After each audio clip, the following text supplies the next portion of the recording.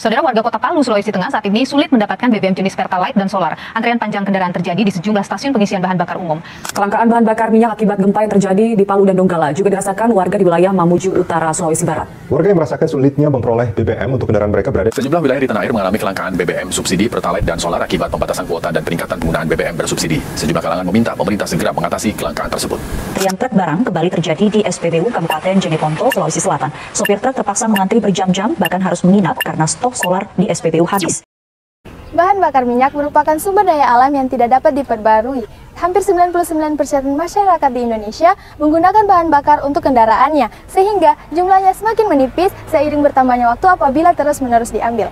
Sampah plastik merupakan material yang tidak dapat terdekomposisi secara alami. Berdasarkan data, sampah di Sulawesi Tengah terus meningkat pada setiap tahunnya.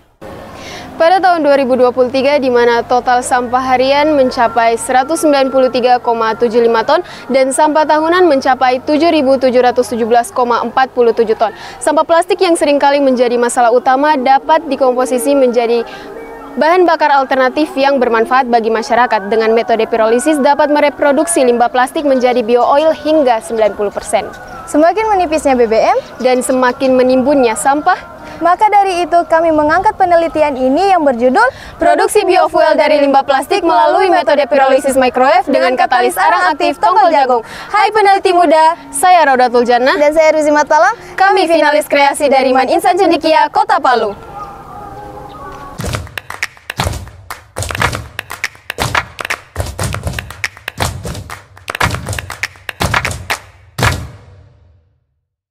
Penelitian ini menggunakan 3 metode penelitian. Yang pertama ialah jenis penelitian. Jenis penelitian yang kita gunakan ialah penelitian kuantitatif dengan pendekatan eksperimen. Pendekatan eksperimen ini menggunakan 2 variabel, yaitu variabel bebas dan variabel terikat. Selanjutnya ada alat dan bahan yang kita gunakan. Alat yang kita gunakan ialah 1 set reaktor pirolisis, timbangan digital, stopwatch, pignometer 25 mili, termometer, peralatan dari kelas, serta cawan. Dan bahan yang kita gunakan yaitu sampah plastik jenis polivinil klorida, ialah tempat makanan atau mika bekas, tongkol jagung, serta HCl 0,1 molar. Metode yang terakhir ialah prosedur kerja. Diawali dengan mengumpulkan limbah plastik berjenis mika, lalu dibersihkan dan digunting sekitar 3-5 cm. Tahap kedua, potong tongkol jagung menjadi kecil, lalu masukkan tongkol jagung ke dalam tanor yang dilapisi aluminium foil.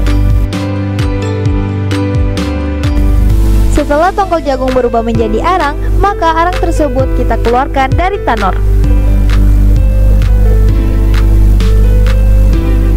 Arang tersebut kita haluskan menggunakan cawan. Setelah kita mendapatkan arang yang sudah halus, maka arang tersebut kita ayak di shift shaker.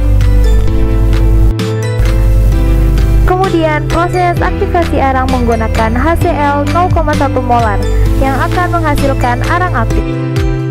Yang terakhir kita masukkan 200 gram sampel dan 50 gram katalis arang aktif ke dalam microwave. Kita tunggu prosesnya sampai menghasilkan biofuel.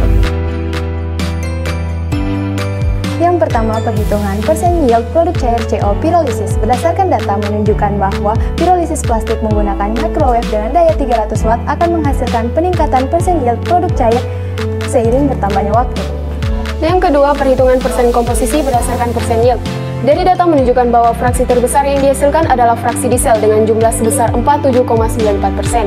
Selain fraksi diesel, ada pula fraksi kerosin dan fraksi bensin yang dihasilkan dalam jumlah yang signifikan, masing-masing sebesar 24,76% dan 22,7%. Dan yang terakhir ada grafik hasil perhitungan. Peningkatan daya dari 300 watt menjadi 600 watt menunjukkan bahwa yield produk cair akan meningkat secara signifikan pada setiap waktu reaksi. Dengan daya 600 watt mencapai sekitar 40%, sementara daya 300 watt hanya mencapai sekitar 25%. Ini menandakan bahwa daya yang lebih tinggi akan mempercepat pemanasan serta mempercepat dekomposisi plastik menjadi produk cair. Jadi penelitian ini menunjukkan bahwa waktu kontak pemanasan yang dibutuhkan untuk menghasilkan bahan bakar minyak pirolisis plastik pada daya microwave 300 watt berpengaruh signifikan, meningkat 20% pada 30 menit sampai 180 menit. Semoga apa yang kita sampaikan dapat bermanfaat bagi kita semua. Sekian, terima kasih. Thank you for your attention. Jazakumullah khairan kasiran. Wassalamualaikum warahmatullahi wabarakatuh.